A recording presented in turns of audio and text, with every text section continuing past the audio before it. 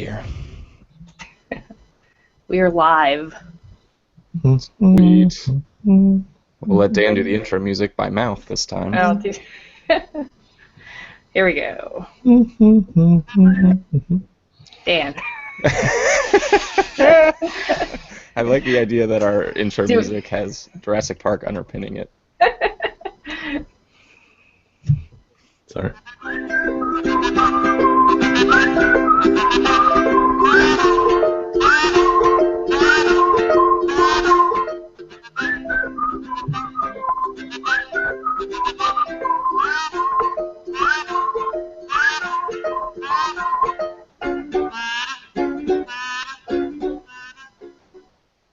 Hey everyone, and welcome to the Podcast of Nonsensical Gamers. This is episode 51, and our 2-year anniversary. Everyone, we did it! Yay! My name is Matt, and joining me on the cast today are my toddler, newborn infant, they're growing up, my two lovely co-hosts who are just learning to walk and learning about their shapes and their colors. It's Miss Tiffany B. Hello. And it's Dan. Aren't you the youngest one on this podcast? Well, I take an authoritative role of responsibility. It's not my fault that you guys are immature. Whatever. Ladies. Exactly. And I think that this intro is perfect for our chosen tagline of the day. Wise words were once spoken by a man named Travis Hill regarding our podcast here. And his words of advice were, don't worry, everyone. They don't know what they're doing either. And I feel like here, 2 years in, this statement holds true. Well, that's why it's fun. You never know what you're going to get. It's like a box of chocolates. Yeah, well, I think that's supposed to be for the listener's experience. Is that supposed to be for us, too? Well, I mean, it keeps us going, right? That's fair. Every day's a new day. All right, everyone. Adventure. In case you do not know, or you are wondering again where to find us, you can do so on Facebook by going over to facebook.com/The League of Nonsensical Gamers. Come over and be our 754th like, because we've got a great little community over there. You can also email us at podcast@nonsensicalgamers.com. You can come over and join our significantly less populated BGG Guild number 2077. Or go to guild.nonsensicalgamers.com. That'll take you right there. We've got a lot of good conversation going on over there from our most dedicated fans, and we appreciate that. You can also tweet at us at League Nonsense. Dan runs the Twitter handle, so if you've ever wanted to talk to him about Jurassic Park theme songs, that is the place to do it. You can also use hashtag NonsensicalGamers on Instagram, check out our photos, or you can be like my new best friend, Mr. or Mrs. or Miss, I don't know, Sheep Baron. I can only assume they work on a farm, because Sheep Baron left us a review on iTunes and thinks that we have a top-notch gaming podcast. They could play Catan. Oh. I didn't think about that. That's a good point. Yes. They'd probably be better off farming, though, right? No. Maybe. Yeah. All right, everyone. We have a great 2-year anniversary show lined up. We've got a couple of different things that we're going to do. We're going to go over our top of the stack from August that Dan so lovingly gave me. We'll have a chat about that in a little bit.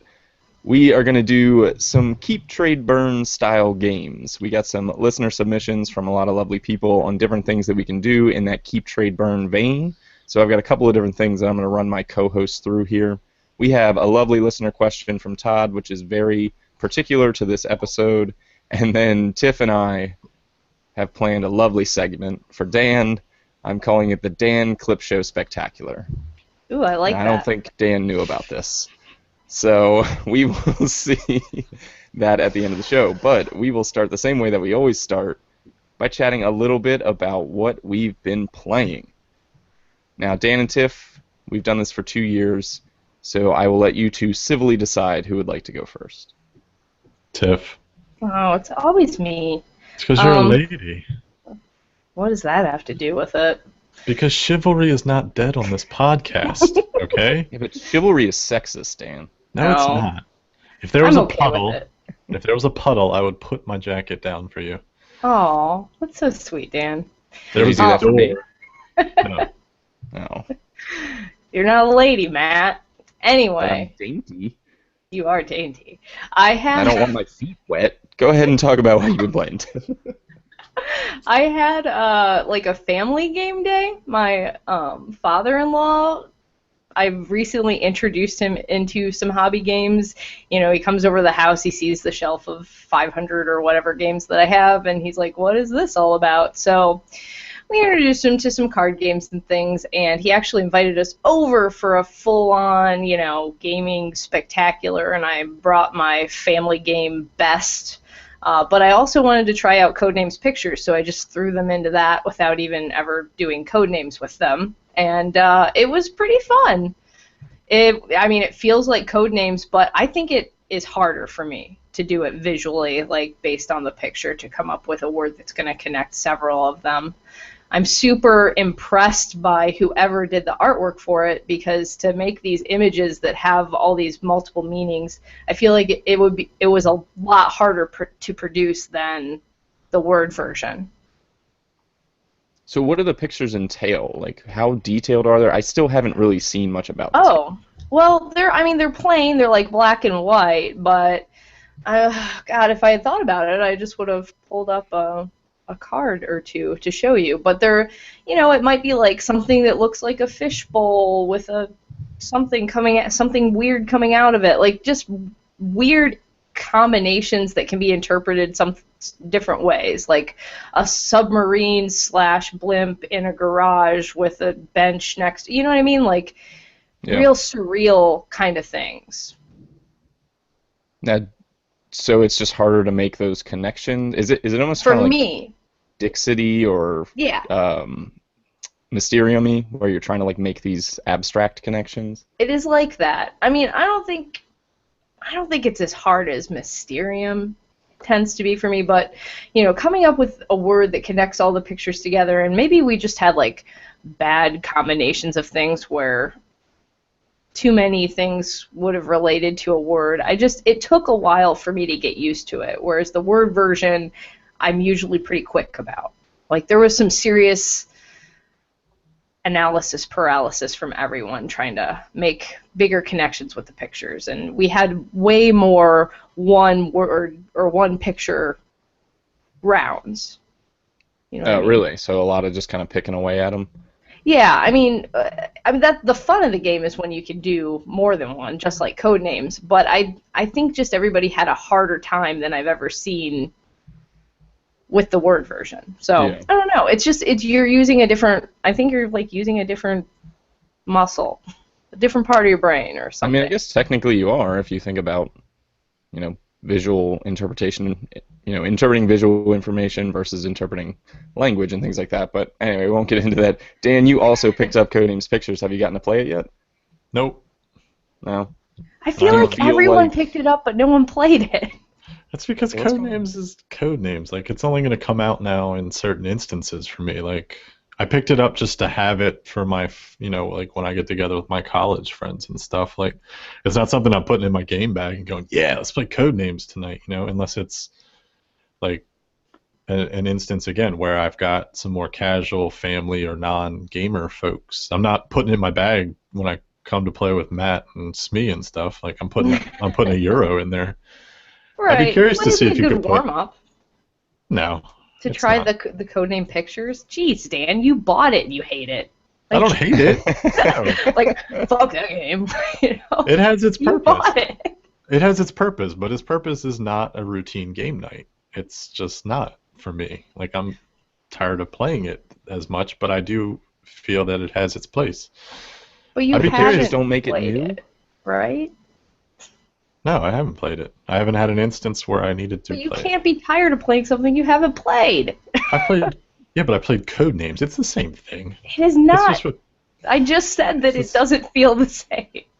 that's okay. All right. I'm not in a Dan, rush to play it. It's not a big deal. Tiff, I What? think Tiff, you're wrong, I think is Oh. what Dan's trying to say. Got it. Okay. So, No, she's I am not wrong. interested. I mean, Chris- mine will probably live at Board Game Club. I probably wouldn't bring this out like right on the regular with my game group, but sometimes you just want to play a 20-minute game. I guess Dan doesn't, but every once in a while. That's Yeah, because but Dan wants to play Save the Cupcake. Save Also the a good Cupcake's game. amazing. No, I'm just saying, like, Codenames, it just got played out, so I just need to, like, there'll be a time where I'm like, oh, let's play Codenames, but right now I'm not in that mood unless I've got the audience that I feel it is appropriate for. You know what I mean? I guess if that's what I'm saying. I'd be curious to mix the two, like put some words and some pictures. Whoa. That'd be crazy. I don't know if that would work. So Chris in the chat said that they downsized the board, and I'm sorry if I missed that point, if you described that, Tiff, and I missed that No, point. I didn't. So No. they actually made the board smaller? Is that just because the complexity of it? Like, it's harder? Wouldn't having more pictures give you more options to make connections? Like, why would they shrink it? I don't know. I mean, maybe the cards are bigger, right? The picture cards are bigger than the word cards, so maybe they just didn't want it to be insanely big. And I mean, there's a lot of things that you can connect with words. I just think it seems easier to do it when I'm looking at this picture and trying to analyze all the different elements of a picture. It takes longer than thinking of all the different meanings of a word for me. But yeah, I don't know. It's just how my brain works. That's what I shrunk it. That's my suggestion. Yes. Okay. All right. So Tiff's thoughts, Dan's thoughts, even though he hasn't played it, we're good. Dan, what else have you been playing? Not too much. I've been playing some things. One thing I didn't talk about last time that I figured I'd bring up was Oceanos. I know a lot of people wanted to hear our thoughts on that, so I thought I'd bring that up. This is the will be the newest Anton Bauza game, my boy. This is about deep sea diving to explore the depths of the ocean and gather animal specimens and treasures and things like that. It's essentially a drafting game. It's from Yellow. If I didn't mention that already, I apologize. The game is beautiful. I want to say that up front. The production is insane, especially for a $39.99 game. Like, I'm not sure how they put that much cardboard at that price tag, but kudos to them, they did, and I think it's a solid price point for the production. Now, gameplay wise, I think it's a bit overpriced. This is like a $20-$25 game masquerading in a $40 box. The game, again, is a drafting game, and the twist on it is that one person each round. There's 3 rounds, 5 turns in each round. So each turn, there's a player that is the captain. And the captain deals out cards to every player according to the number of periscopes they have in their little submarines. Each player has their own personal submarine that you can customize that gives you bonuses, etc. So you're just going to deal those out, and then each person is going to select one or more cards, depending on if they have special abilities, and they're going to give the remaining cards to the captain.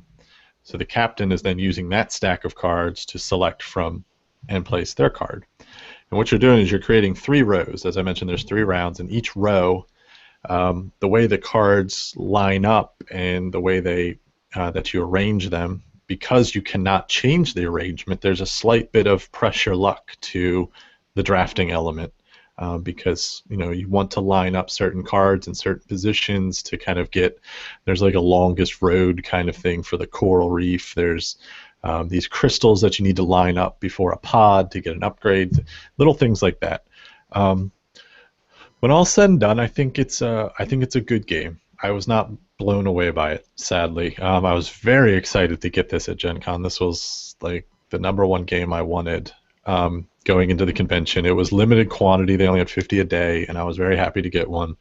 Like I said, I think it's a good game. I think I said this when I was on the Geek All-Stars recently, but for me, it firmly sits between Sushi Go and Seven Wonders. It's that next step-up family game for drafting purposes, I think.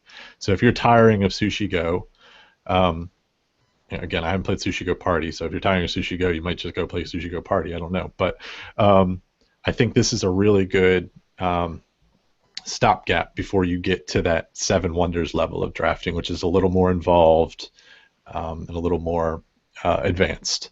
So I think it's good. I think it'll probably sell like online for probably like $30, and I think that's a good price for it. As I mentioned, it's very well produced. Like it's beautiful to look at. Everything fits. The submarine pieces all interlock, and you upgrade them. You pull them out and interlock new ones.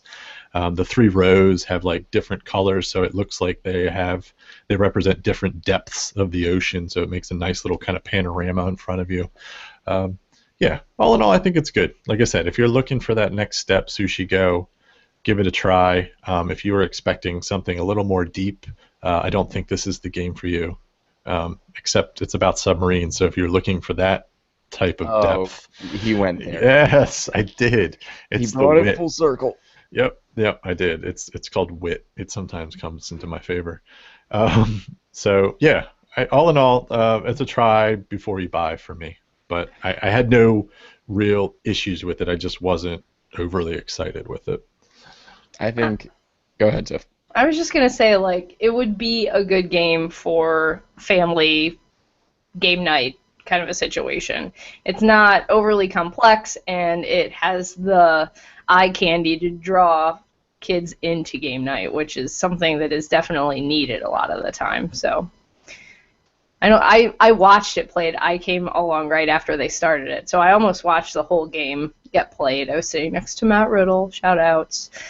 So it looked okay. It looked playable and drafty and beautiful at the same time. Yeah. Like, I could sit down and play it and be perfectly okay with it. Like, I wouldn't be complaining. Like, it would be a good night. Yeah. You grab it off the demo shelf at your game store, or you play it when Dan brings it to game night. Like, I'm glad that I got to play it. It's fine. If I don't ever play it again, it's not going to hurt my feelings.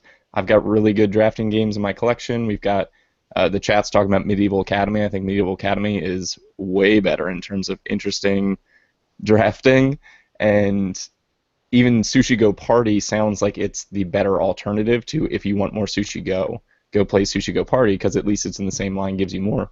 The game, and this is kind of how I felt about Sea of Clouds, another yellow title that was such a nice production, but the gameplay just falls into that like light card game, $25. Like, I expect this to be a smaller box production, and I'd be happy with it. The bits are nice, but I interacted with my submarine like 3 times. So I've got expensive $40 worth of nice cardboard that I'm not even doing anything with, really. And it's a thoughtful production, no doubt about it. But the design is mediocre. Like, it's just an average game, and that's not a bad thing. And somebody might really like it, but I think that when this game is selling because of its aesthetic, I don't think the gameplay is going to carry it through. So kind of like Abyss, right? Yep. Abyss is fantastic. Get out of here. Get out of here, Tiff. Don't take over my live show, okay? All right. With your negativity. It hurts my feelings. So, I got a game that Dan played that I know how he's going to respond to, and I got a game that Tiff played that I know how she's going to respond to. I don't know where to go with this. So, I'm going to talk about Clank. Dive right in. Ooh, Clank. I'm going to talk about Clank. So, Steve and I got to play Clank recently because they had a demo copy on our game store shelf. This is Renegade Games, correct? Yep. And it is a deck building game with a board component.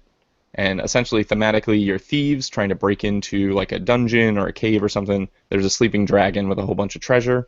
You're trying to get in, steal some treasure, and get the heck out before you die. And it has a noise mechanism where in this game, instead of like getting trash or something like in a normal deck builder that fills your hand gets filled with cards that cause clank, which is noise.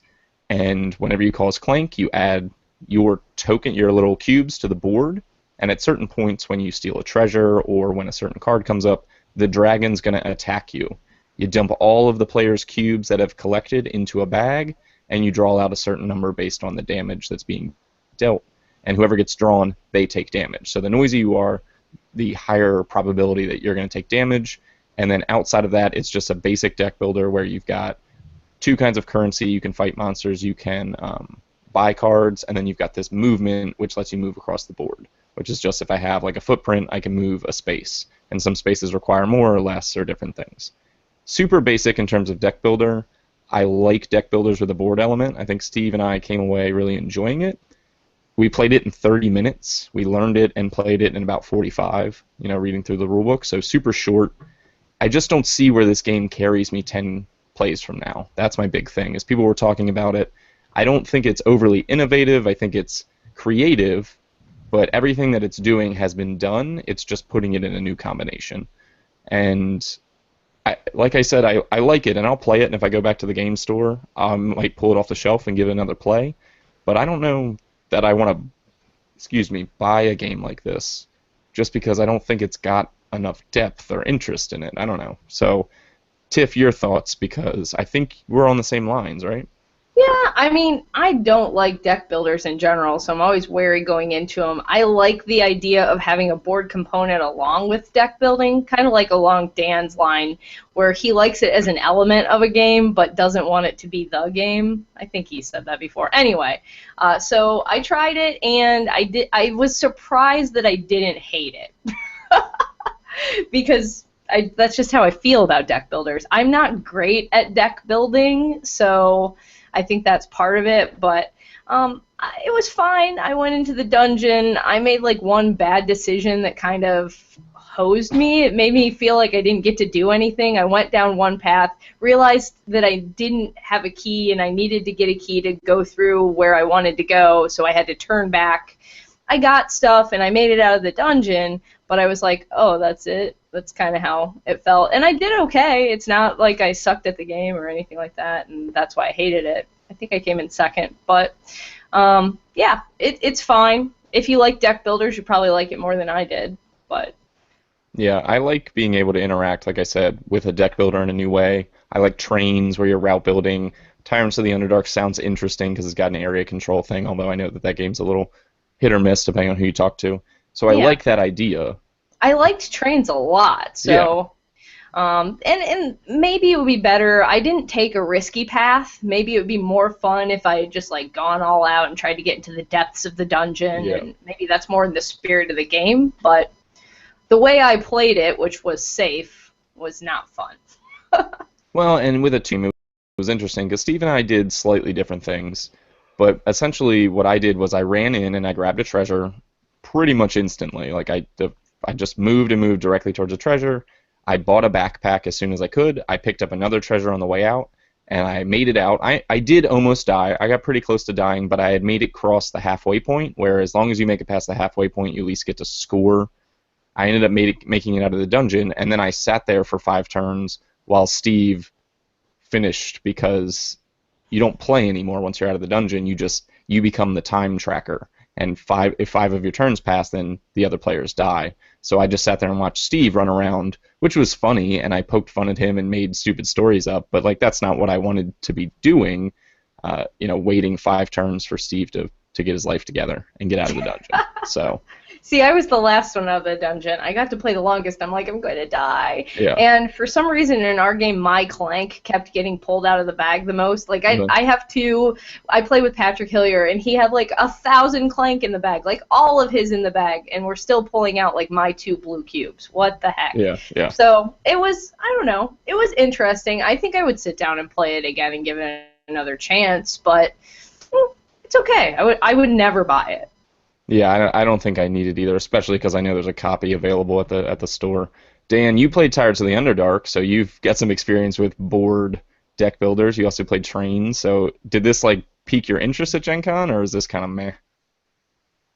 To be honest, I had never heard of it until I got to Gen Con, and our buddy Kopak picked up a copy, and he liked it, and I said I would play it, but we just never got to arrange it. I don't know. I liked that the box time was like under an hour, because that's kind of where a deck builder needs to be for me to even consider it. I don't really care for deck builders, as Tiff mentioned, but if it's got a board, you're drawing me in a little bit more, because I hate just straight up deck builders with just a row of cards. That bores me like no other. Yeah.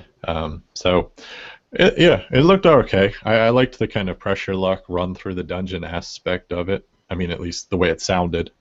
Um, I would play it if you guys sat there and played it, but it doesn't need to be added to my collection.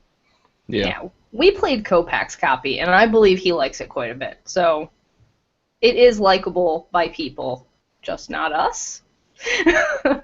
Yeah, I just don't think, I've got Trains on my shelf, and that's the Right. thing. Like, again, I'd play this game, I just don't need to buy it. But maybe I'm just being more picky these days.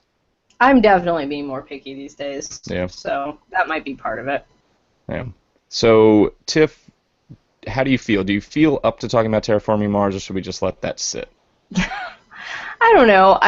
Dan already talked about the gameplay, so if you want to hear about how it actually works, go listen to, what was that, the last full episode? Yeah, I think so. Yeah. Go listen to episode 50. But as far as my opinion on it, it's definitely one that you need to play more than once. I didn't particularly enjoy myself, but I think part of it is just that I was learning, and by the time I actually knew what I was trying to do, I was already like too far down one path kind of a situation, which happens on a first play. And I can see why people are liking it, because you do kind of, you're building out this map of Mars and you are terraforming it, but it was a slow build. And like at the end, all these different things started sprouting up, and greenery and cities and oceans, and it was awesome. But for most of the game, we had all built out the oceans and then kind of like a city or two.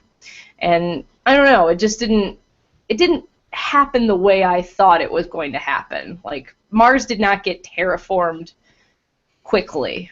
And I guess it's happening over lots of years, and that's how it feels like terraforming a planet, which I guess is what you're going for. So it's thematic.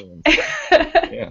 And it has so many different cards. And I did have fun kind of picking my cards and doing all that, but I didn't have the best strategy because I didn't know what I was doing at first. I got you. Yeah. All right. So, and Worth Dan checking out. sold his copy because he It's didn't feel like he needed it expensive, at the right, moment. Dan? So, It's $70 ooh. retail. It's Yeah. not the components or anything. It's not $70. No. It's just Yeah. yeah. I would pay $50 for that game. Yeah, that's probably the most I would pay for it. Yeah. I guess thought that's it- probably what it would retail at CSI. Yeah, 50, I'd go for it. 45. I mean, wait a little bit longer, maybe 30. Yeah, Daily if sale. you wait long enough, it'll hit that daily sale. I like it. I mean, I wouldn't mind it in my collection, but I just felt that I have so many other games that I'd rather play at this point that I haven't played, that I was happy to sell it to Jessica because I know she would get instant gratification out of it, and she really wanted it. So I'm Well- happy. I mean, it's not a big deal. I'll get it eventually, probably. I think it's definitely one of those games for people who replay games, Matt. So you might want to think about it. Because, well, we played, this is another one where it was the game day I had with Patrick and Kopax and Craig. And it was Patrick's copy, and he had played it several times and clearly had the experience and knew what he was doing and built all these amazing things. So I think it does definitely reward playing more than once to know what you're doing. So it's Yeah. not for me because that's not my style. One and done. I mean, that said too, I mean, it's so card draw dependent. It's Yeah. ridiculous. Now, a lot of the cards do similar things and tweak little things, but it's like 200 plus unique cards, and it's like if you're positioning yourself to go down one avenue and you don't, it's like Bruges. It's why I hate Bruges. Like, if I position myself in Bruges to get that red card and it triggers all my little buildings and everything, and then I spend 4 turns digging for a red card and I don't get it, then my Yeah. game's over. And And this I is had that too. I had one that was like a set collection thing. That was like, for as many cards as you get of this type, you get points. And then I never saw those cards again after I played it out. Yeah, and the thing that's even like slightly more annoying than Bruges is that this is about an hour longer than Bruges. So it can just be that agony over and over for a longer period of time. So I liked the mechanics. I liked the kind of the tableau building, but again, that card draw drove me absolute ape shit at one point in time. It was crazy. Well, Chris in the chat says that it's only $46 at CSI. So that's not, you think that's too bad? I think that's reasonable. For what it is and for how much replayability is in there, that makes sense. And Patrick says it has good solo options, which I know is not our big thing, but... No, although it needs to be my big thing. I need to go back to my solo roots so I actually play some heavier games. I guess I'm hanging out with people, Tiff. Oh, these friends. Getting it's too tough. social. I don't like it. I played a solo game, and this is my chance to bring up Scythe quickly before we talk about these fuzzy meeples behind us. But, so Dan, what do you think of Scythe? We have not talked about it. Dan has been reserving his judgment because he wanted to let me play Untainted. But I want to know, I've gotten a little bit about it. Like, what did you really think? So we don't need to talk about what the game is. Everyone knows. Just like, what do you think? You go first. I will respond. Okay, that's fair. So I played it 4 times in the last week. I played 2 2-player games, I played a 4-player game, and I played a solo game against the easy AI.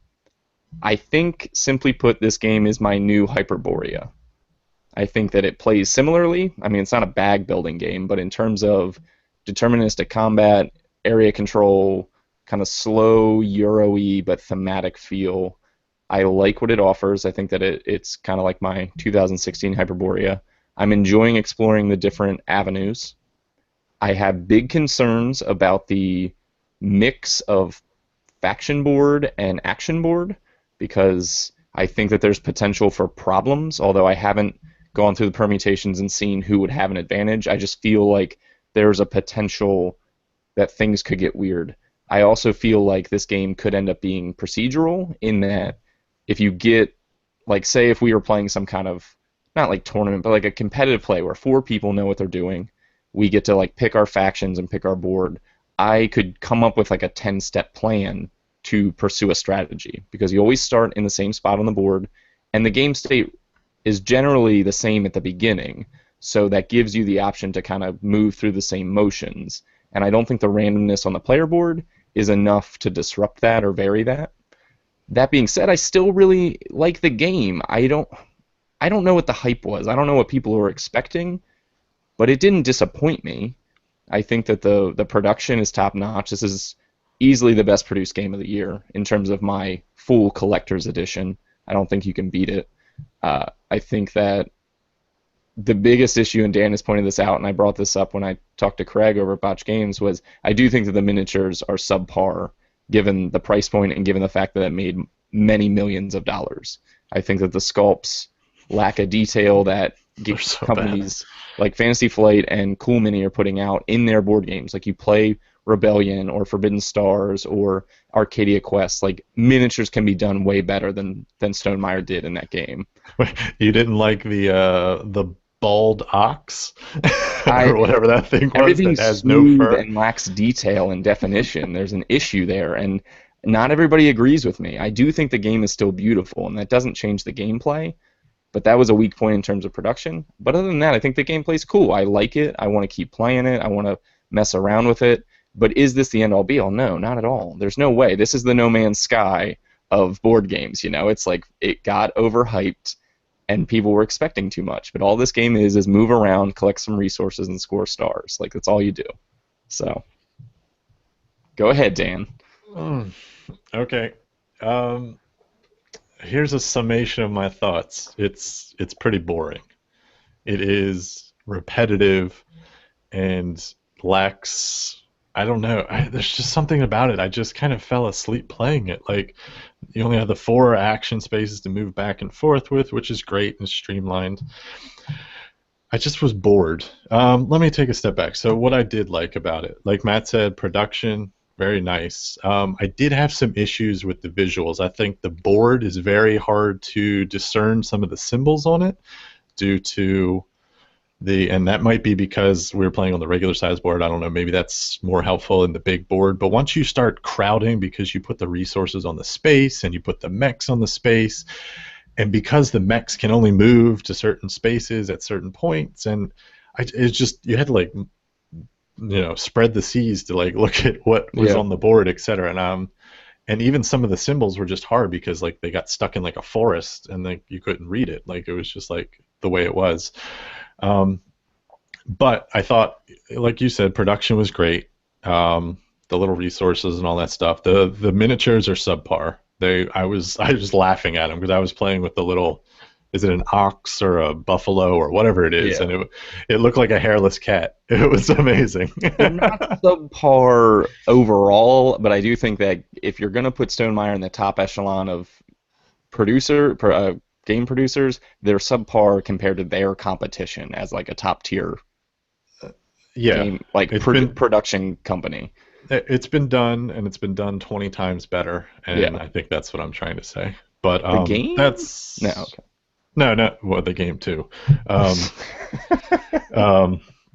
So I like that. I did like the what they stole from Terra Mystica. I did like the kind of the faction board and how that kind of drove your efficiencies. I'm not sure, as Matt said, how I feel about the pairing of the two different ones. What I've seen is like certain combinations can just be ridiculous, like, and pair that with like your like an optimal starting spot, and you're like, okay, this guy, like when I played, dude had like 3 mechs out by turn 3, and I was like, what am I, just because he had like he could take the same action twice and he could do that. Like I thought the async could be a bit problematic down the road, but again, I haven't played it enough to opine on that with any sort of certainty. I just kind of, the feeling I got playing it and seeing other people and what they were doing, I was like, eh. I did hate that they call this a 4X game, because it's not. It's like 2.25. Like, you do no exploration whatsoever. Nope. You barely do any exterminating, even though it's in there. This is basically like Cold War, the board game. It's like, let's stare at each other, and somebody, maybe if they have a 5 card, will come and attack you, kind of thing. Which I think I was a little bit disappointed in. I think overall, outside of just being a little bit bored with it, I thought it had a real identity crisis. I went into it going, what is this? This miniatures and all these things, and it's like, but I'm not going to attack anyone, or I can attack someone, and then they penalize you for attacking people. Really badly, actually. The game doesn't even encourage it, because it puts that huge penalty of losing popularity on there. Yeah. And this game is about that popularity track. Yeah, it's huge. It's huge. I mean, I'm not gonna lie. I played a game where I had my population was 1, and I still finished second, which was pretty impressive. But what's up? So that's kind of crazy. I can't imagine that. I literally just built up my money. I had like $45 on my player board. That was my strategy, because that's how I kind of got stuck in with the characters I had and the boards I had. I thought it was, and the other thing, talking about like the 4X thing, but I thought for as much hype as this game got about the art and the theme, it had 0 theme. And had absolutely none. The only theme is in those encounter cards, and there's only going to be 7 or 8 of them every game. I thought that was a nice aspect of the game, but it just didn't happen enough. I wanted to see more of those cards. I thought that was something that was cool. It really kind of broke the monotony of your engine. It was just like, it gave you those efficiencies with gathering resources and giving you the choices. I liked that. I wanted to see more of that. I thought it was almost too sterile. I thought they had play tested this to a point of sterility that made it as boring as it was for me. So those are just, I have more thoughts on it. I don't like the way the popularity drives everything. And one of my biggest things about the kind of the boring aspect of it was like, I do all these things to make this really cool efficiency engine, and then I get a star, and that's it. And you put the star on the board, and that star, depending on how well you've done in your popularity, that star could be only worth 2 points, and you just spent 45 minutes to an hour trying to get that star. You know what I mean? It was just like, I wanted more. I wanted a bigger reward. I wanted something more exciting out of it than just placing a star on a board.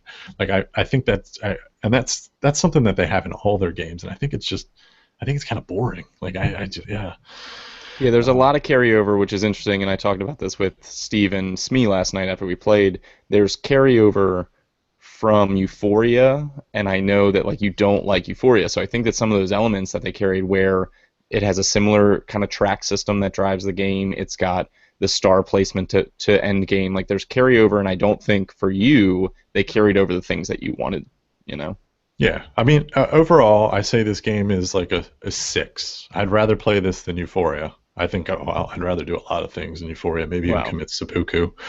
But I have no real desire to play it. I would like to play all the games that they stole from, not stole, but were influenced by the Agricola, although I don't even see Agricola in this game, the Terra Mysticas, the Chemits. I'd rather play any of those than this, I think is what I'd ultimately say. Yeah, but it does offer a combination of some of those things. So it's got some of the resources, it's got some of the building. It's too much. They tried to do too much, and I think that's what I said, like, comes back to the whole identity crisis. I think they tried to put too many things from too many different games in this one, and it just it didn't.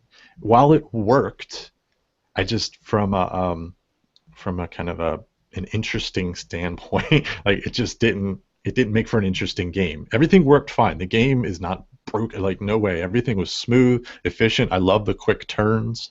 I thought that was great. But like I said, I just thought it was a little too sterile, and I was just bored. I think this game, and not to go into the hype discussion, but like when you consider how popular this game was for whatever reason, having limited, most people that backed this did not play it. It had thousands and thousands of backers that didn't have any knowledge of how this game was going to work out. And a game like that, this game was destined to be divisive and to ultimately disappoint, because much like many games and things that have come before it, it got too big for what it could ever possibly be. This game, there's no way this could have fulfilled what people wanted it to. I'd put it around like a 7.5. I think that I'm happy with it, but I also, like games and am less likely. I mean, I feel like I am critical, but I'm less likely to let that kind of ruin my play. Also, I didn't have an expectation. I literally got the game and didn't know how it played. I knew what it looked like, but I didn't get how it was going to work, so I just went in open-minded. And it wasn't what I expected to some extent from what other people were saying, but it didn't break me because I didn't care. Like, I wasn't looking for anything specific. But no, it's not Agricola. It's not as full as Terra Mystica. It's not as combat clean. Combat's not as clean as Kemet. But it does offer, I think, an experience that's cool. And I'd wonder if this was just a run-of-the-mill game or if this was like their first game. If this just kind of snuck out as a $50, $60 game, I think that it would be held in more even esteem, I'd say, or in higher esteem by the people. Like right now, it's either a 10 or a 0. Either it's like a lot of people are like, this is dumb, it disappoints, or this is perfect, it's everything I ever could have hoped for. And that's not fair. It's somewhere in the middle. You say a 6, I say a 7.5, but it's cool. I'm happy to play it. I'll keep going, and you're done with it. That's cool. I'm not done. I mean, I will play it again, maybe one more time. I don't. That's the thing, though. I think if you take away the hype, there's no way this game even is on anyone's radar. It just doesn't stand out enough gameplay-wise. I don't think it's that innovative. I don't think it's that intriguing. Okay. But I think, and again, I ask you this too. Take away that production. And I know it's not fair to say that because board games are mostly production and gameplay. But like, if you take away the hype and you take away that production, this is a run-of-the-mill Euro that does nothing all that interesting. That's my kind of feeling on it. If you take away production and marketing from most games, they're run-of-the-mill. Most games are run-of-the-mill. We've talked about this. That's what I said, but that's why I coupled it with the hype. Well, that's why I coupled it with the hype, though. I bought this game for the production. It was the art. It was the art book. I bought the Art Connoisseurs edition, the art book. That's what drew me in. It was like, I'm getting a game that's going to look amazing, and I'm fine with that. That's okay. But the funniest part is all that art is on the card deck, and you see 7 of them every game, and that's it. And then there's no other theme that connects those kind of elements. I've read the backstories of the factions. I've looked through the art book. You get 12 of the encounter cards. There's art on other things. I'm just saying, like, it is engrossing to some extent. Does it build a story? Do you feel like you're connected to your character? I don't know. But it feels in kind of a macro level like you are a part of the world. So I think that it's fair. I think what it does is fair thematically. But no, it's not. But it's not an Ameritrash game. It's a Euro game. Yeah. So that's where it falls down. But you're part of the same world. Game after game Yeah. after game. Well, that's every game you ever play. You're part of the same world. No, How but many you times start, can you terraform Mars? I mean, you really. start in the same spot. and So, you go- all right, let's move along. We've got lots of stuff to cover. Dan, you were kind of the point man here, and unfortunately you don't have yours with you, but Top Shelf Fun reached out to us, and we were sent these lovely fuzzy meeples, right? Yes, the Meepelos. Meepelos. It's hard to. It's over there. You know why mine's not here, though? And it's the biggest compliment of all, though. It's in my son's bed. He That's wanted to awesome. sleep with it last night, and I Aw. couldn't take it from him. So that's why mine's not with me today. He loves it. He loves his little, he calls it the Meeple Green pillow. The meeple green pillow. Yeah, so Dan's got a green one, I've got a yellow one, Tiff has a blue one. They actually come in.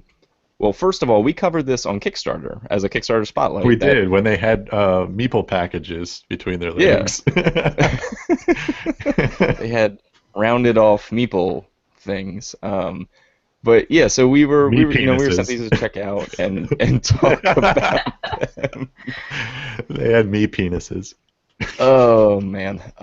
So just to comment on kind of the production and things, I think that these are actually really great, and they're kind of everything I wanted because we talked about how all of us wanted one when we saw the thing. It was just like, do we want to pay for it? Do we, will we get them shipped in time? Things like that. There were concerns there about backing such a novel product because it's kind of weird. But it's totally great. I love this pillow. It's soft, it's comfortable, it's well made. really It soft. doesn't have protruding genitalia or anything like that. Like It's I always think a plus for any product. it comes in so many colors. They've got orange, they've got black and purple, yellow, blue, green, red. It's everything you ever wanted from a pillow shaped like a meeple. I think it exceeded my expectations. I keep it down in my game room, so when I get uncomfortable in my seat, I just put it back there, nuzzle in. Yeah, or Love if you it. get like when I get sad or like a game is really tense, I'll curl up with it. You need to comfort bite yourself my with nails. it. Yeah, it helps me self-soothe. Totally super soft, well produced. I'm thinking about grabbing another one for a potential contest for our lovely listeners because I think Whoa. that it's an awesome gift. Also, there might be some people getting them for Christmas. Who knows? They might get a game night bag stuffed with a meepolo. So we'll have to see about that. But I think these are totally cool, and now that I see them, if you have the disposable income or you're getting someone a gift, I think like the $25 they run is totally worth it. It's a novelty and it's excessive, but it's totally sweet. I love being excessive. It's Yeah. so good. If you Yeah, need to and- decorate, if you're decorating your board game room, get 4 of them. It'll be awesome. Yeah, put one in Or each if you- person's chair. Yeah. If you really like Carcassonne, you buy like 8 of them, and you can play Carcassonne with them. Or if you play solo games, just sit them around that table like a tea party, and it's like you're playing with other people. That's great. Talk to them. Yeah, you can. I guess you could draw faces on them. Give them voices. Yeah. Sometimes when I do the solo newscast, sometimes I actually put Tiff's face on my meepolo, Oh, that's a little and creepy. then we. We don't listen Do you to think those. they'll eventually make a me pillow that like says something, like you squeeze it and it's like, you win? Take your damn turn faster. That's what mine would say. That's what and Tips would say for sure. what Thanks, Dan. Steve and I want to create is a Smeepolo that has a beard, purple, And like cat Smeepolo. ears. Yeah, maybe some cat ears or something. I feel like there's opportunities here that we need to tap into. Yes. We also realized last night that you can just put an S on the front of Meeple and it becomes Smeeple, and I don't know how we never tapped this market before. Smee's gonna The get so many Smee market? customized gifts. But anywho, so that's our plug for Top Shelf Fun. They have a Canadian retailer and distributor. They also have a U.S. They're super great, but their colors sell out quick. So if you see the color come in stock, you gotta buy it quick. Because I was sitting on trying to grab an orange one, and the orange ones go so fast. I can't get a hold of one. So so totally cool. Thank you all for sending them. Top Shelf Fun. We appreciate them, and it's always nice to decorate the live feeds with our fuzzy pillows, and apparently Dan's nursery. So that's cool. Yep. My 2-year-old will not That's let how go you. of it. That's how you brainwash your kid into becoming a gamer. It is a little like indoctrinating. I like it. It's like, oh, look at this baby photo. Wait, am I holding a meeple? I mean, that's why you have children, right? To Well, create future if you look at gaming Dan's partners. Instagram, he's like, oh, I just bought new board games so that my son can learn colors. This is why I buy heavy euros. It's a perfect excuse, really. What? No, seriously. How Tristan, else is he going to learn his colors? he sorts my meeples for me. It's awesome. Like, he's really into it, and he likes to sort like the shapes when we punch the tokens and stuff. He's really good at it. And we count like when we're doing it. It's actually a really good exercise, and I enjoy it too because I get my sorting in and my You punching. like to practice your counting, too? I do, but I'm like running out of unopened games. I'm like, I've only got like 5 left or something. I need to like. He keeps asking me every night to poke a game. He's like, "Can we poke game, Papa? Poke, poke." Aw. I'm like, "Yeah, we can do that." I think I got a few I can send your way. It's But, okay. He's got a couple hobble ones coming. He doesn't know. what's funny is he's good at it. Yeah. He He knows, is. like, I've seen some aggressive punchers out there, and he's got 2-year-old finesse. He does because I tell him to be gentle. Yeah. All right, let's move along to our next segment. We've been chatting way too long. We did top of the stack. Well, Dan and Tiff did top of the stack, and I got shafted. That's what you get for being on your honeymoon. But over Your on the lovely BGG wife. Guild, number 2077, a couple of our good friends and listeners posted. Lucas Brooks did his first ever top of the stack. He wasn't sure what it was, and he actually asked. And, top of the stack can be whatever you want to play. It doesn't have to be new games or old games or this or that. So he posted his top of the stack as Venetia, Fields of Arl, and Lewis and Clark. Sounds like something Dan can get behind. Everything Todd? but Venetia. Well, yeah. I think Todd doesn't play anything but the Knizia auction trio because his 3 top of the stack was Ra, Modern Art, and Medici again. I feel like that's all that guy does. He just auctions all day, every Yeah, day. he just I wonder if he works at an He ca- auction house. He just carries a gavel. But oh look, he came back and Matt did top of the shaft. That's funny. Get out of there. Todd. Anyway. Top of the shaft. And Patrick This is a Hilliard, family podcast. our good buddy Patrick, had the same top of the stack as Tiff, which is my transition into Tiff. What was your August top of the stack, and how did it go? I did all of them. Wow. Complete. I am. It was Agility, Star Trek Panic, and Codenames Pictures. Yeah, and I think we've talked about all of them too. Yep. So good for you. Yeah, look at me. Now my concern is that you don't have anything in the show notes about what your September is. I just want it to be a surprise. Oh, all right. Well, go ahead and surprise us. So I picked up a copy of, oh gosh, I'm going to mess up the title, Escape from the Aliens from Outer Space. What a good pickup. We'll Tiff, see. we can play that over Skype. Yeah, I would do that. We always say that we're going to do stuff like that, and then Yeah, we but never even do. Dan could play that with us. But would Dan play it? I don't know. He might. Okay. Anyway, I have it, and I've learned the rules already, so I can't wait to play it. And I have the Pandemic Cthulhu Realms that I picked up at Gen Con that I really want to get played. Oh, yeah. And yeah, that's like the top of the stack for me. And finally, in an effort to replay games, I'm putting on La Isla. What? I haven't played it in a while, and I miss it because it's my fave. I went, for the clip show, I went deep diving, and I came across the first La Isla episode. The first of many.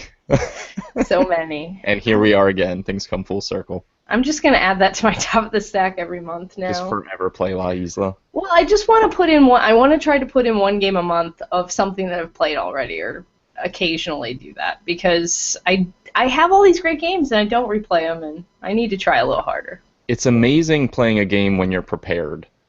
Right. When we played Scythe last night, Steve and Smee watched the Watch It Played, Kel and I had played. We literally sat down, I did a quick refresher for like 5-10 minutes, banged it out in 90 minutes.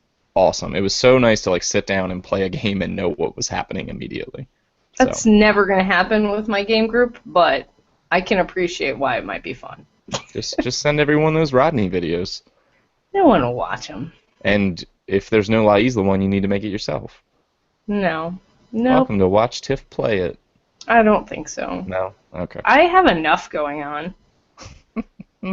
All right, so Dan very lovingly gave me my top of the stack. We share the same top of the stack, which was Helvetia, Arkwright, and New Bedford. And then Dan threw Save the Cupcake on there for himself. So, Dan, how did you do? 2 of the 4. What else I did you got play? in New Bedford. Ah, okay. I got a New Bedford and Save the Cupcake! Game of the Gen Con. Yeah, you screwed me over, man. How are we going to play this Arkwright? I'm ready to play Arkwright, but you'd rather go play turds like Scythe. Well, did you bring it? Do you have it with you? I'm kidding. I do have it with me. All right, we're gonna move so many pawns today. Can't wait to set the price of my food. Yeah, so I did 2 of the 4, which is not bad. Like, Arkwright was a bit ambitious, only because it's a bear of a game to both learn and play. Even like it has the 3 modes, and the 1 mode, I mean, even the intro mode takes like 2 hours plus. So that's one of those ones where it's like, we need the right like group and the right time. Helvetia is a little easier. I think that one's ready to go as well. So for this month, I'm sticking to it. I'm sticking with Helvetia or Helvetia. I'm not sure which one it is. Arkwright, and then I switched in a game I talked about again on the Geek All Stars, and I watched demo played at Gen Con, but it wasn't for sale. This is called Suspicion. This is a Target exclusive, kind of like it looks like a mix of Clue and what's that old Kramer game? It's called like Top Secret Spies, the US version or something like that, where you're trying to like deduce who other people are, but you have to like move different guys based on the die roll and their special powers. I think that's called Clue. No, it's this one where I can't think of the name, where it's like they go around, the little spies go around in a circle, and you're trying not to reveal who you are. It's kind of like In the Name of the Rose in a way, but a little simplistic. So yeah, I really want to play that. I think that's going to be a good family game. It plays 2 to 6 players, and I love deduction games, so booyah! And I got it on sale for $15. So all right, that's cool. That's totally cool. So I didn't play any of those games because I don't own them, and Dan wasn't around, but we'll try to crank them out. I'm totally down for Arkwright. The Suspicion sounds cool. Like, I will literally play anything, but I went ahead, since I'm in control of my own top of the stack again, decided to set games that are in my possession. So Runebound, 3rd edition, I still have. I really want to play it. It was actually the game night, the Tuesday board game night at the game shop, but I missed out on it. 1, because I didn't know it was happening, and 2, because Steve and I played a whole bunch of games, so it totally worked out. But I was like, oh man, I really want to play Runebound. And now Smee knows how to play it, and he said it wasn't awful, so maybe I can get a couple people to play. Grifters just came out, and this was from Indie Boards and Cards.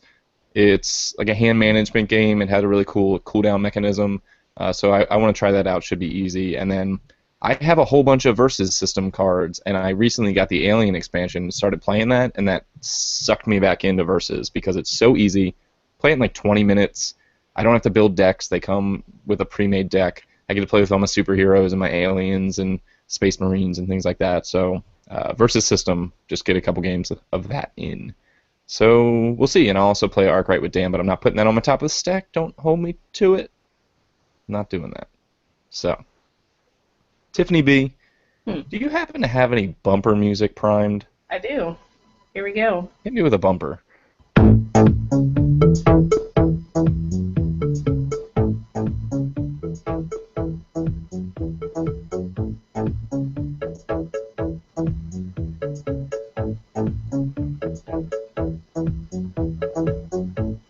Alright, so we are back, and we are going to jump into our Keep, Trade, Burn, and Other Assorted Games segment.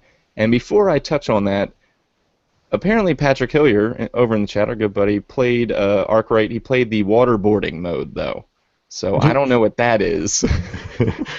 That is the Arkwright Saudi Arabia edition. Yeah. You need to be careful that you don't get sucked into a game of the waterboarding mode, because that is not actually in the rule book. You got to be careful. So, yeah, that's fortunately, like he Desert Storm stuff right there. Yeah. So we're glad that you're safe and sound and made it to the live show, Patrick, because Friday night waterboarding does not sound fun.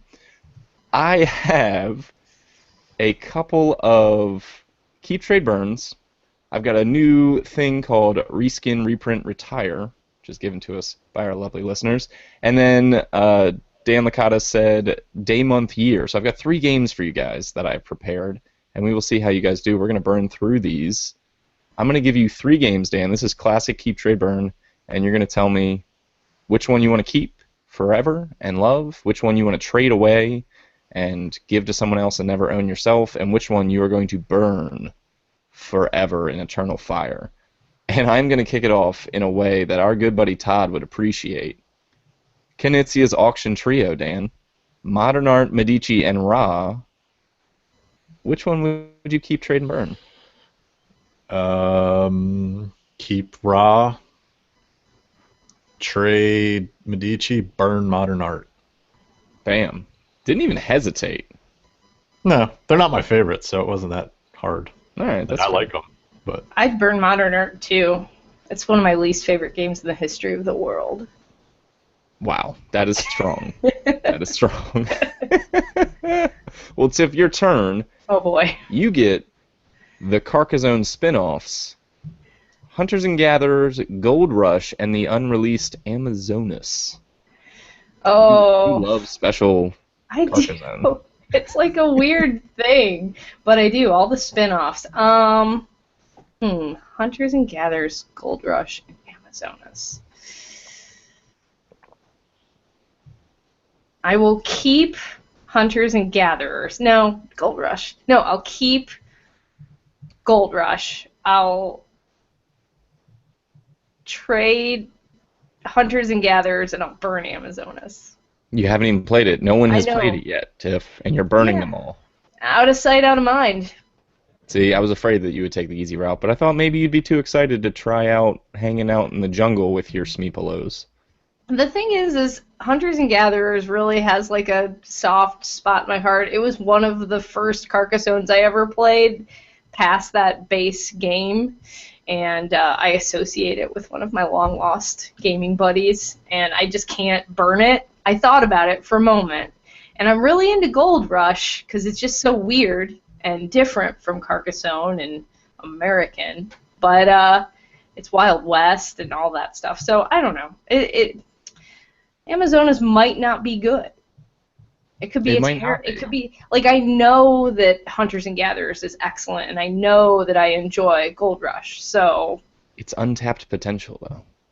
yeah, potential is meaningless to me. Sorry. I do not care. Okay. All right, Dan, you're up. Keep, trade, burn your pricey, Euro-y, bland game collection, your Food Chain Magnate, your Arkwright, and I know you've played this, your Liberty or Death, the American Insurrection. I'm going to keep. I'm going to keep Arkwright. That's a win. I'm going to keep Arkwright. I'm going to trade Liberty or Death, and I'm going to burn Food Chain Magnet. Why, though? Why? Yeah. Because I said so? Well, I mean, that's true. You haven't played it yet, though, right? Food Chain Magnate? Yeah. No, I haven't, but that's, I mean, as I good as haven't everyone heard says great it things. is, I've heard it's great. But I've heard, it's unforgiving.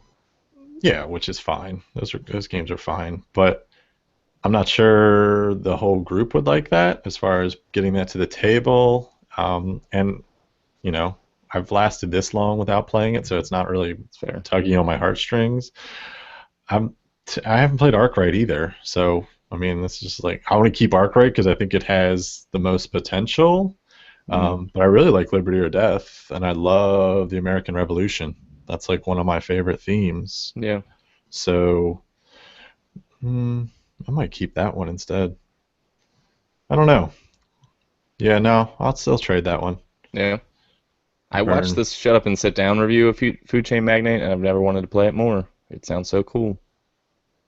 Yeah, I want to play it. I've even got the BGG dry erase boards and little stands to hold the cards kind of thing, because it's a real table hog if you don't organize them correctly. So no, I want to play it, and I like splatter games, and I've got Great Zimbabwe and Indonesia on the way at some point this year. Nice. So There's we'll others see. to fill the void. Okay. So before we move on, Todd says, "Hey, keep all 3 Knizia games, trade and burn your 2 friends." So I guess that means. So Dan, the question is, would you trade me or Tiff? Ugh, Ouch. I that's don't a like tough that. one. And then burn one? I don't do that. That's like, this isn't witch. Very This is like, medieval. You don't burn people? That's good to know, Dan. this is very Dan takes a McCarthy. hard stance against burning people. Against burning people alive. Okay. No, that's just, yeah. Oh. Ugh. That took a Gotta be dark one- turn. It's gotta be one of the worst ways to go out. Like, ugh. Ugh, drowning. Drowning. Oh my god. Yeah. At least Okay. that's quicker. Yeah. Let's pick this back up. Tiff. Hey Tiff. Yeah. We just have to do this with every Keep Trade Burn. I need to keep you honest. We need to revisit your top ranked games. Okay. So Pandemic, Stone Age, Defenders of the Realm. Oh, I hate that. I feel like I've done this one before. Yeah, we make you do this a lot. And my answer probably changes every time is the scary thing. Okay. I might have a new answer to this. Yeah, that's why I'm interested. Okay. Well, that's hard. So I think I'm going to burn Defenders of the Realm. Yeah. Wow. This is a new Sorry, answer. Richard. I'm sorry. All your Well, painted miniatures. It's alright, I Tiff. have Defenders of the Last Stand now. Wait a second. So Did you hear Richard? Uh-oh. No, I didn't- don't think he's here. Oh man, I thought I could have sworn I heard Richard doesn't make appearances on live shows. Oh, He's darn. too shy. Darn. Yeah, Richard Lanius is super shy, y'all. Anyway, so yeah, Defenders of the Last Stand, everything I've heard about it is it took Defenders of the Realm and made it better. So we're gonna burn that one. I'll trade Pandemic and I'll keep Stone Age because it's still top notch for me. And you have a new pandemic. Yeah, I have What if it new- includes all pandemics? That's still fine. Okay, fair enough. I can live without pandemics at this point in my life, but Stone Age, I can't let it go. So near and dear to my heart. Your smelly cup. My smelly cup, and my love hut. I need it. And your love hut. All right, we're gonna round out Keep Trade Burn Classic Edition with Dan, his new favorite designer. It's the Alexander Pfister collection, Mombasa, Isle of Skye, and his unreleased Great Western Trail. Why do we keep doing these unreleased ones? I can't judge those. Because it's I like want you- It's automatic. so easy to burn them. 'Cause They, you just, they no. automatically go to the burn pile for me because I haven't played them. Yeah, but you just Dan, you you're look more of a out and you risk think taker. about a new game from your dude. Yeah, but when you put it up against those other two, And you say, the screw it. Kennerspiel de Jaris and the other one that could have won Kennerspiel de Jaris, it's like, You don't think he can do it again? I didn't say I don't think he could do it again, but I don't know if he did it again. I gotta burn that one. I gotta burn that one. As much as I love it, I've already pre-ordered it. So, yeah, I'm gonna keep. Damn, I love those other two.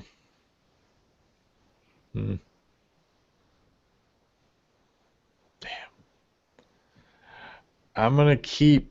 I'm gonna keep Isle of Skye and trade Mombasa. Really? Wow.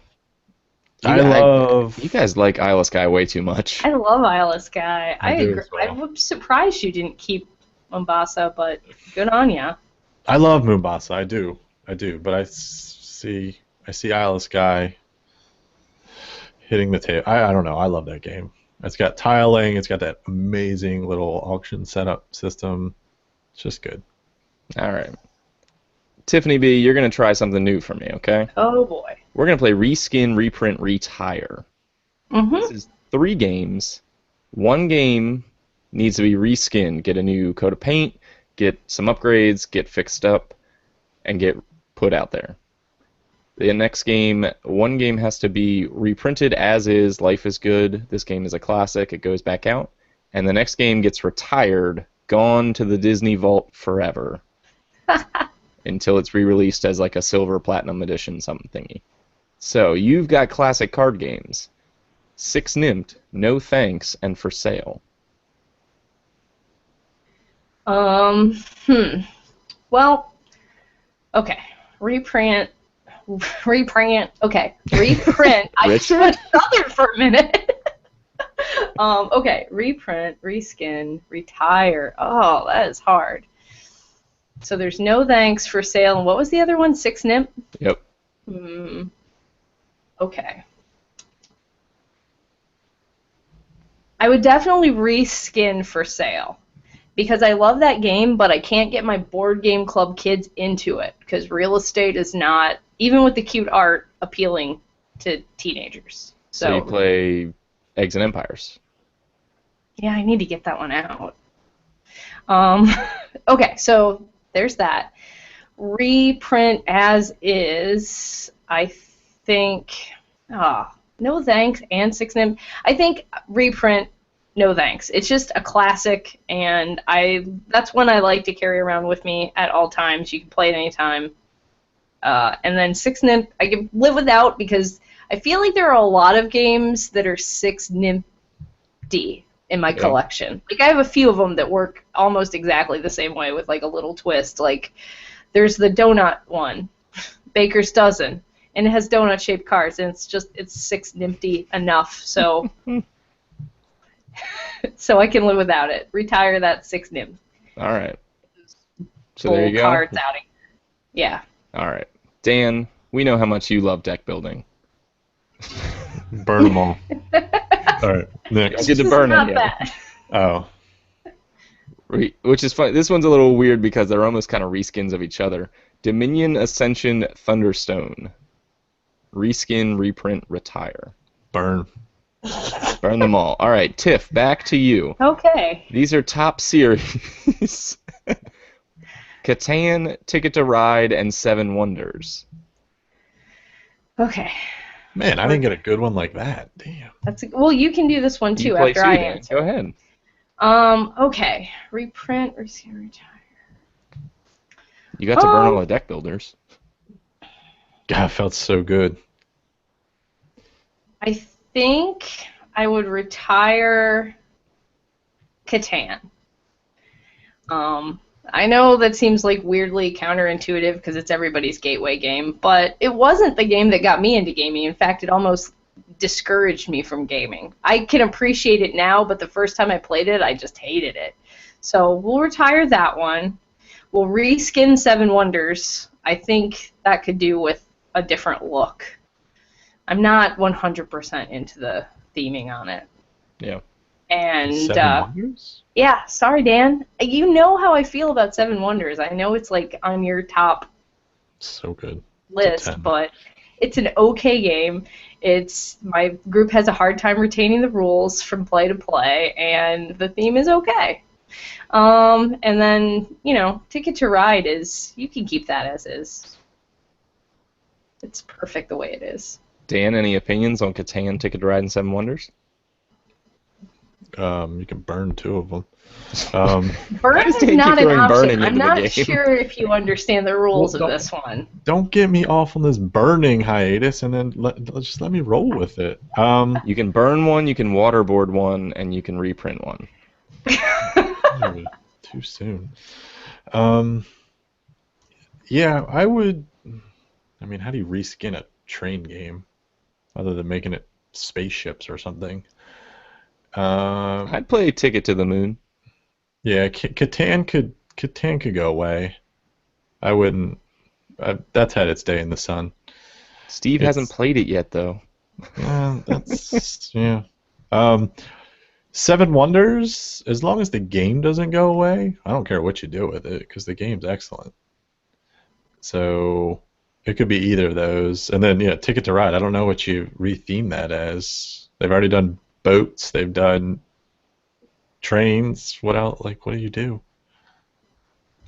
That's why you're not a designer, Dan. I don't know. Yet. There's snakes. Snake. Yes. Yes, I'd like to see that. The snake All right, version. done. We are trying going to think of. to reskin Ticket to Ride as snakes. And then Ticket to Slither. and then it'll shed its own skin. Yeah. Oh my gosh. I'm trying All to think of windy things that. Go. You're done, Dan. Tiff, we got one more game we're gonna play quickly before moving on. It's called Day, Month, Year. Okay. Okay. You got to play one game every day. You All gotta play right. one game every month. You got to play one game every year. I like these variants. It's the Game Club time loop. I'm calling it. I have a Okay. new variant too, but I'm not gonna do it this show. King of Tokyo, Dino Race, and Rampage. Day, month, year. So See, I think this one's actually even harder than Keep Trade Burn because if you give me like some crappy games and I have to play them, like that just pains me. Oh, Dan, you'll have your turn. just wait. All right. So I think that's hard. So it's Dino Race and King of Burn. Tokyo and what was the other You one? can't burn things. Stop it, Dan. You're ruining this. Rampage. Rampage. Okay. Okay. Once a year for Dino Race, I think. Yeah. And once a month for Rampage. Okay. And once a week for King of Tokyo. Oh, no, 'cause it's day. It's day. daily. Once a day. I can do that. You're playing King of Tokyo every day of your life. Hey, new monster packs. I've got options. I'd rather play Rampage every day because at least you're flicking stuff. Yeah, Oh, but that setup every day, that'd be a pain in the butt. that's true. Every day. That's a good point. I don't want to do that every day. All right, Dan. You ready? Oh god, It's your one. these games are all gonna suck. It's your one and I hope they only. do. This rounds out the segment for our lovely viewers and listeners. It's the Stonemeyer Games edition. Yes. God. Day, month, year. I Side love it. Euphoria between two cities. Ew. Ew. Oh, I know my answer to this one. Ah. Man, these are. Oh god. Also, Steve is Side- calling his variant Ticket to Snakes. So, Scythe. thought you should know. Slithery snakes. Scythe, Euterdia, and what was the other one?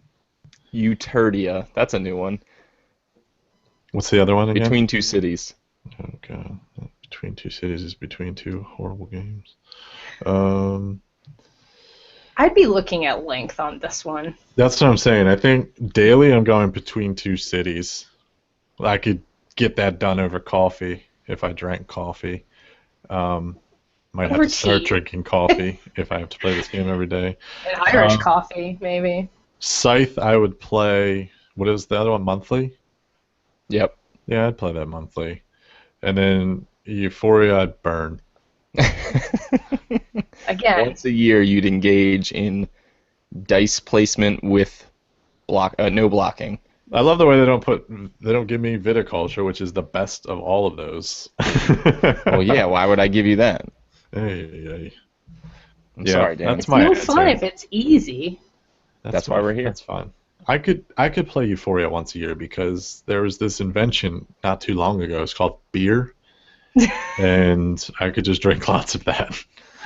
And you'd be good to go. Yep. All right. Tiff, hit me with the bumper music and let's round this out. Oh, bumper music, right. Got it.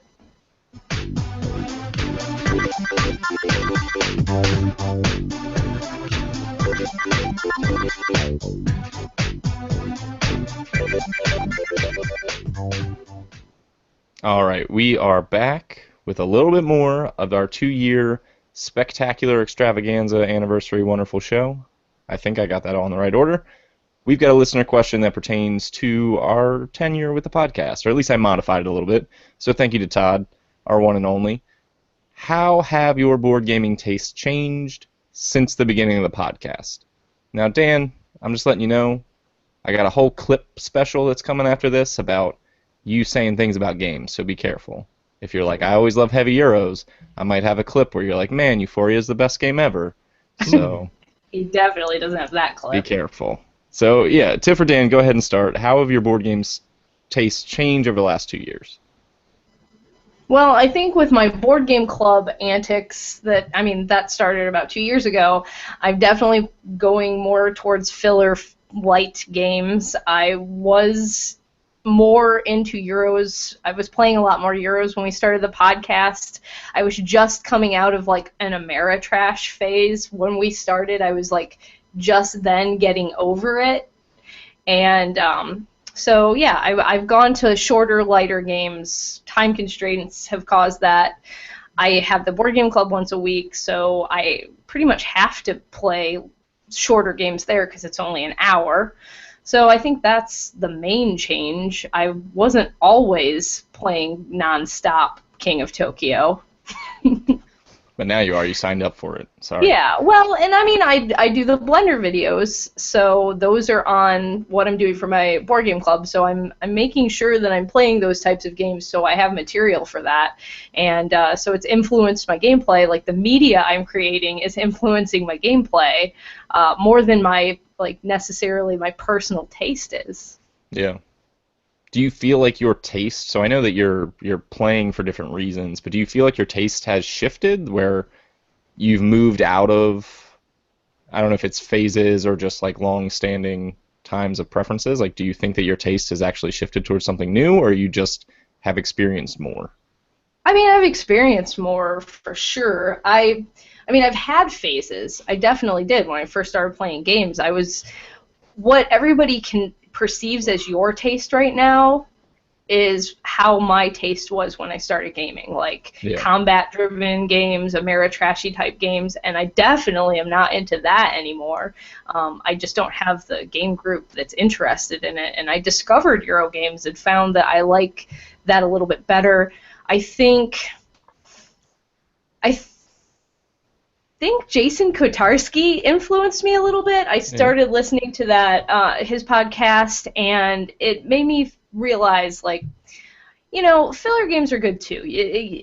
In a lot of ways, I think of Euro games as like smart people play these. It's a little bit of a status symbol to be a Euro player, and I like to consider myself a Euro player, and I still do enjoy Euro games, but I've let go a little bit and realized that I'd rather play any game, even if it's shorter, and have fun with my friends than no games, and that happens a lot if you're busy people and you're only trying to play 2 to 3 hour games. That's fair. Well, here, I'll throw you a quick question before I kick it over to Dan. If you had unlimited time and money, like, what style of games would you indulge in? Probably more Euros. I mean, that's for sure. I like sandwiching them, right? Like, I like starting off game night with something goofy and silly, dexterity-based or, you know, social-based, and then moving into something a little heavier and then finishing up with a filler. So, I don't know. I like a sandwich-style game night if I can manage it. That's fair. That's fair. Dan, 2 years ago, we were trying to get this show off the ground, and we were reviewing games like Machi Koro and One Night Ultimate Werewolf and playing all kinds of weird stuff. Where were you then? Where are you now? Burn Machi Koro. Yeah. Agree. I've got a clip. Well, we'll get there. You go ahead, buddy. We'll get there. Yeah. It was cool the first time, and then it was like, nope. I was in love with that game the first time I played it. Yeah. No. So 2.5 years ago, I had a child. Well, I witnessed the birth of a child. That was mine. I didn't have the child. So I'd say mostly my gaming has changed as far as just timing. I don't have time to play a lot of games anymore. I do play a significant amount of games. I think for having a child so young as I do, I think it's just a testament to how awesome my wife is, and I have a family that's game oriented, which is cool. But as far as tastes, I don't know. I think my tastes have always leaned more Euro. I think I've kind of stayed pretty constant with that. I don't mind. I think I'm a little more open now to trying other games, but it's all opportunity cost right now. You know, if I got 4 hours a week to play, I don't want to play 5 fillers. I want to play one meaty Euro game. Like, that's what I want. I'm looking for more of a kind of a cerebral getaway in my board games. That's not. I don't agree that Euros are a status symbol. I don't agree with Tiff on that. I just think that I think some people perceive them that way. That's all I'm saying. Perceived that way, yeah. I don't. I just think they're just a different style of game. They're more of a puzzle as opposed to a story, and that's just what I want out of it. Because I've always said this: if I want a story or I want a solo experience that is driven by the story in the game, I go play a video game. Like that's for me what video games are. So board games, I want a puzzle. I want something like a logic puzzle, a deduction, something that just works my brain a bit, because I like to do that. My job has been quite stressful, so I like to kind of let go and think of something more fun than everyone else's problems that I deal with on a daily basis. I like to find a problem, like how am I going to get more wheat? Like that's a problem I like to solve on the weekends. Ooh, so much fun. Yeah, I like to analyze that process. As opposed to the process that I have to look at every day. But yeah, I don't know. It'll be interesting to hear what these clips say, because I'd say I'm a little more, I don't know, you guys say I'm no fun, but I think I just know what is fun more so than I did before. Like I know what my tastes are, I know what I have time for and what I want to play. So yeah, I still have fun doing it. I just have my own fun. The clips aren't damning. Don't worry, Dan.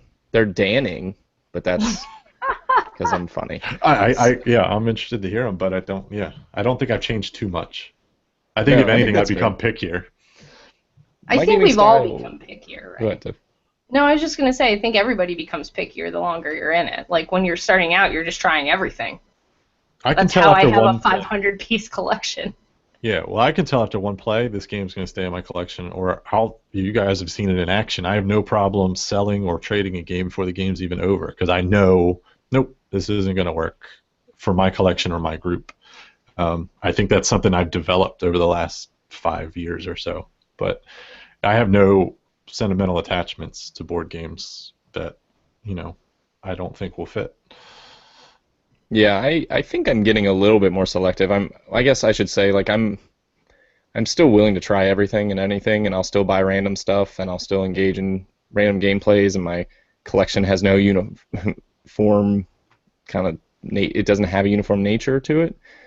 But I think this show's weird because I think I get boxed into a corner from time to time. I've never been a guy who's only playing Ameritrash games. I think it's just I'm the only one out of the three of us that's playing them. So, you guys already talked about Terraforming Mars, or I already gave my thoughts when you talked about it, so I bring up this other game. So I've definitely got a perception of, like, Matt plays dice rolling games, and I mean, I do love oh man, do I love a card combat game. Oh man, I will play a 2-player card game all day long. So, but I do find that my tastes are they're kind of broader than ever, and I like that because I play games for I like the puzzle, but, am I a notoriously good game player? I don't know. Like, I think that we have a good game group. Dan's a good gamer. Smee's a fantastic gamer. I think Kel's a worthy opponent. Ben's a great opponent. Steve's a great opponent.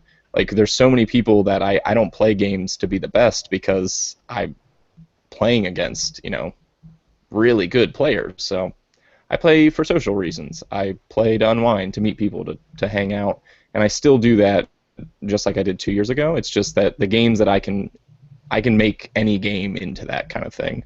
So yeah, I think part of what has changed my taste a little bit more towards fillers beyond just the board game club is that a heavy Euro to me is not relaxing. You know what I mean? Like, you have to use your brain. I get analysis paralysis quite bad. I'm notorious for it. That's not relaxing to me, something that I don't really have to concentrate on. I'm using my brain so much during the day at work, and I want to kind of turn it off a little bit because we have our game nights on Thursday nights, and I just want to have a beer and something that I can play without having to dive in. If I'm playing Euros, it's on the weekends or at one of my bigger things that don't happen as often, and that's changed since we started the podcast. Yeah. So I'm still up for playing everything. It sounds like for the most part we are kind of where we are, and what dictates your play style is the circumstances that you're in, is the context. If I had unlimited time and money, I'd still be playing the same games that I play now, but I do have to tailor and play certain things because of, job and work and life responsibilities. And what'd you say? I said in your group dictates things too, depending on who you have available to play with you. Yeah. And I am known for buying a game that I want and then realizing that I have no one to play it with. So I got a whole shelf of those. yeah, which is a bummer. But that's life, and it's interesting how that starts to kind of tail and shape how you operate in the hobby. So one thing that I do say is that I think producing media has only opened my opportunities to try new things. I don't think that it's kind of forced my hand in any way. I definitely don't engage in things just for the sake of the show. So I do try to stay true to that. Like, I'm still only playing games that I want to be playing, generally speaking. So, anywho, that's where I'm at. Friends, I think it's time. I think it's time for Dan's Clip Show Spectacular. Are you ready for it, Dan? I guess. Dan, I have 7 clips for you. They're short, don't worry. And what's going to happen is my lovely assistant, Tiffany B, is going to play them, and then Tiff doesn't know what they're from either. So I want you to try to guess the context, the game that you're talking about in the clip. So let's see how you do. I got 7 quick ones, and then we'll round out the show. All right. You ready for number 1? I will, yes, in my That was mine top too. 3, I would say that was my game at the convention. It was so much fun. That's wild, because this is... Everyone who played it loved it. Yeah. All right, Dan. What game? Name that game. Game of the convention? Isle of Skye. Tiff? Are these, do we know they're from what year it's from? No. No, you Oh. don't. You just have to gauge via Dan's enthusiasm. Tiff, here's a little pro tip. Last 2 years. Yeah, thanks, Dan.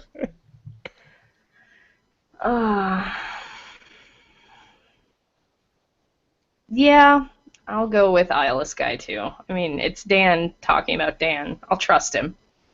That is from episode 1, ladies and gentlemen, Oh no. when you two discovered Rhino Hero.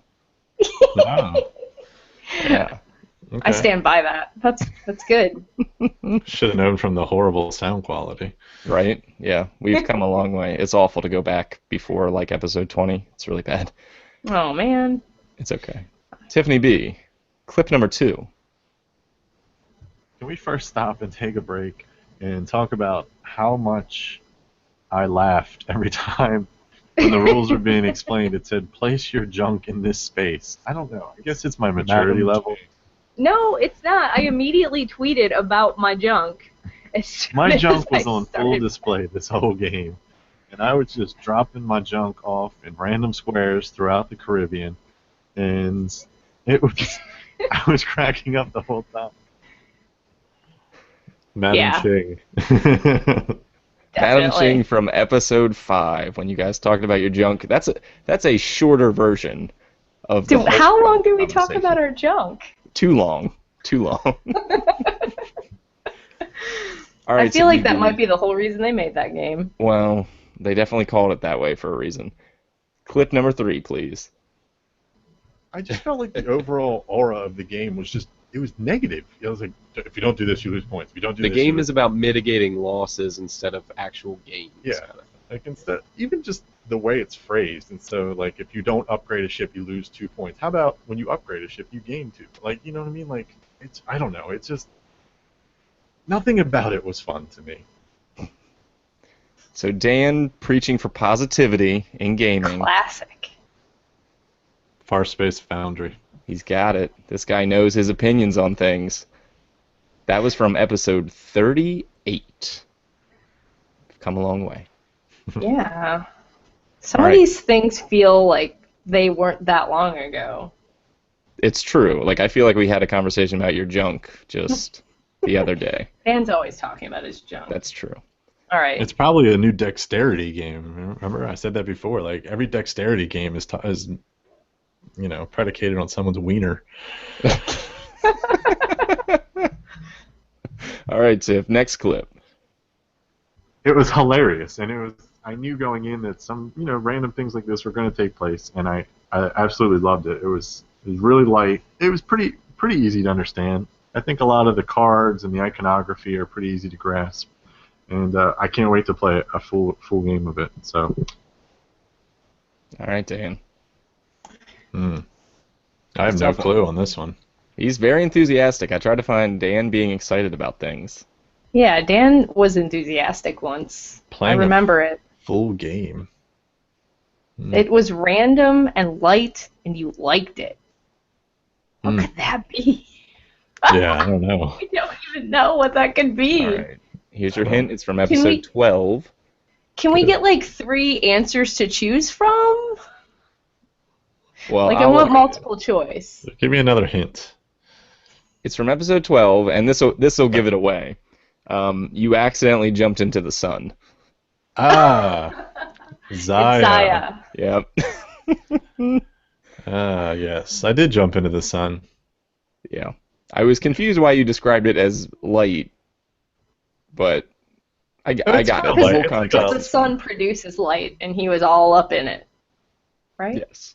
But No, I remember that being just like a big old like sandboxy game. It wasn't anything kind of like hugely cerebral and mental. It was just like, let's go over here. Doot doot doot. Yeah. Hello, son.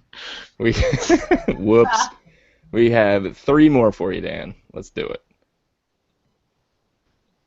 There's no dates or anything, and I was like, crap, I thought this was something new. I thought I could back this, and I fell for it. People are so hyped about this game, which is gonna be credit to him. He knows it'll be what it is. I mean, we can talk about overhyped So- later, but All right, Dan.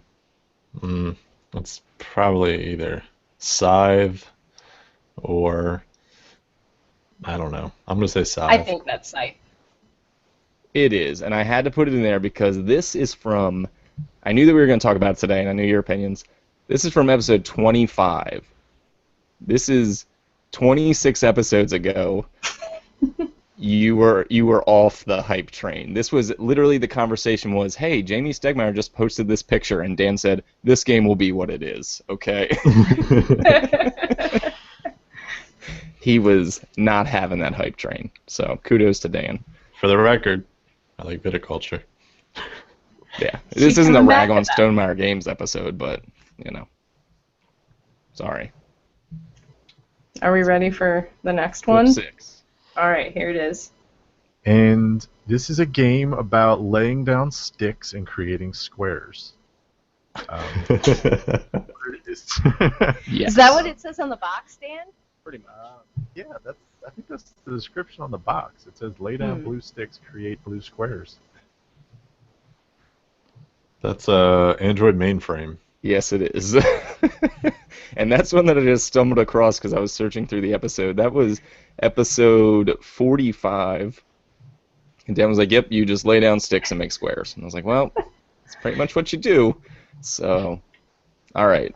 This is the grand finale of Dan's Clip Spectacular. It's a good one. It's a classic for all of our friends here who are listening to the show. Go ahead, Tiff. Stick it on your shelf. It's just the way you said that. Stick it on your shelf. It just kind of came out weird. That's like my newscaster line. Stick it on your shelf. Have a good night. Stick it on your shelf. But doesn't that... Okay. Am I the... Okay. I quit. The podcast. Goodbye. Yeah. I like that it ended with Dan going, see ya. Just see ya. Dan, that was where you coined your famous tagline, stick it on your shelf, which you haven't used in a while. You might want to bring that back. Let's bring it back. What game was that in reference to, Dan? I know exactly what game it was in reference to, and this was a jaded me. This was a hungover me. Jaded you? What? This was Machi Koro. It was. Dan coined his stick it on your shelf tagline in episode 8, telling everyone to buy Machi Koro. It's the worst advice he's ever given. It is, and I will gladly say sorry to everyone. It's one of those times that you just have to accept your mistakes. Now, I just want to make clear to everyone, I'm not leaving the show. This sounds like some kind of like farewell episode, like where you highlight everything I've done in like the past 2 years. No, Like, I'm healthy. I'm here. I am fully alive, and I will still crap on games for the next 2 years. Yeah. Okay. No, I think that it's clear that for the 2-year spectacular, I mean, you're the one that people, you're the talent, Dan, so we had to have a whole feature towards you. I have no talent. His talent is crapping on games. I wonder if it'll swing back around. Like in 2 years from now, will Dan be the like super positive one? It could happen. I'm very positive, but I think that people He has a like stroke, honest- maybe. I think people need honest opinions. Like, Well, you need to cut through the hype. and that's what Yeah. you're here for, man. You're definitely cutting through the hype with a machete. I think sometimes a negative review is positive. Is constructive. I don't know if negative review being positive makes sense. That's a paradox. No. If I'm looking at the chat, Robert Johnson wants to know who's the new third host. I'm stumbling. Exactly. You guys made it sound like Steve says a meepolo, which I think is probably a pretty decent option. If we just put Dan's face on a meepolo and sit I in front just of get him. it an Orioles cap. Yeah. Dear Steve, the Meeplo would win more games than you. Oh.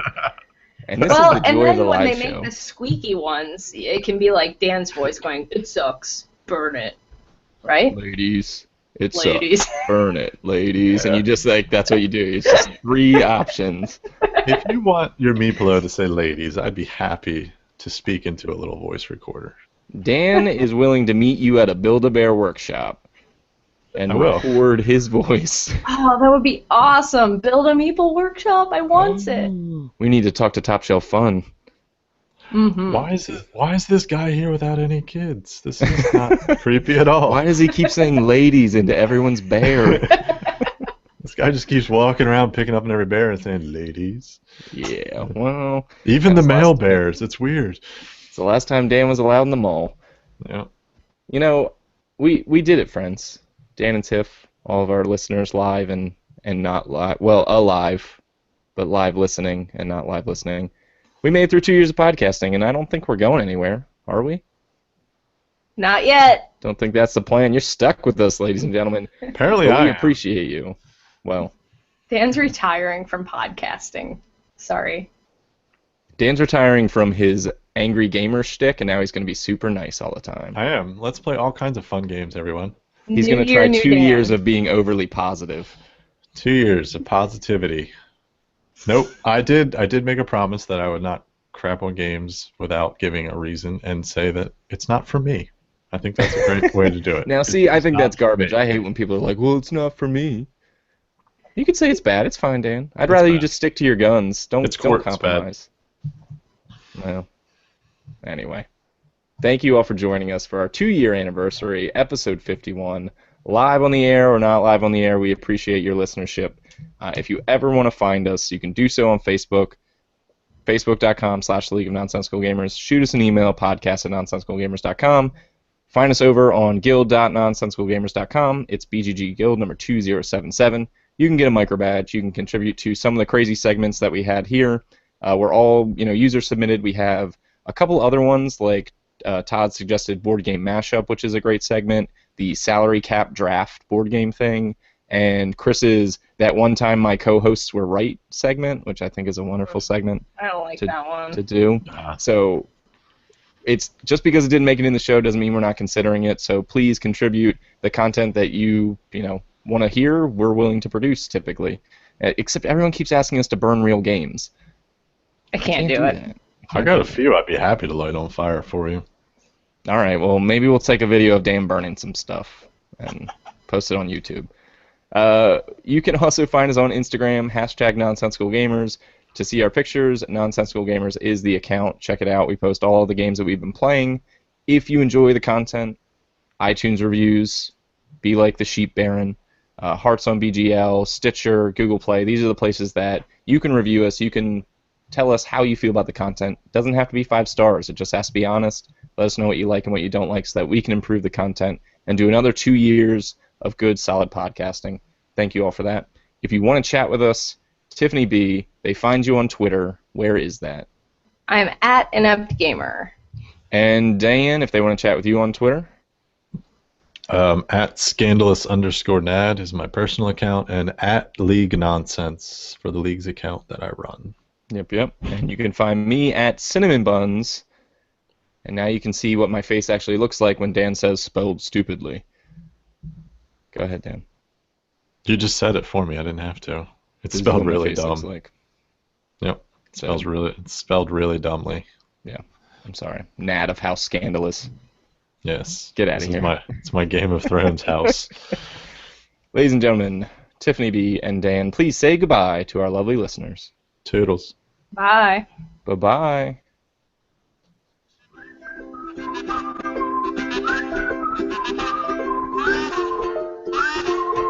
Is it weird to sit here through this? No, it's totally cool.